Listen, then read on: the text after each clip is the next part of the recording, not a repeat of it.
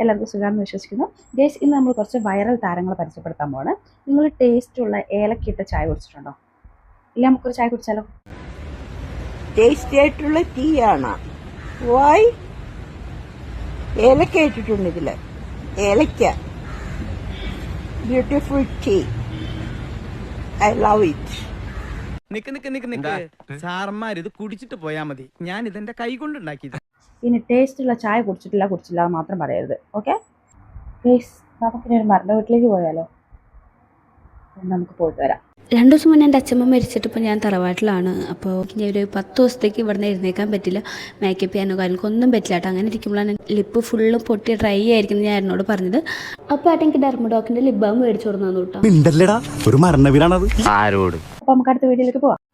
ഒരു കലാകാരിയെ പന്ത് തട്ടുന്ന പോലെയാണ് തട്ടുന്നത്.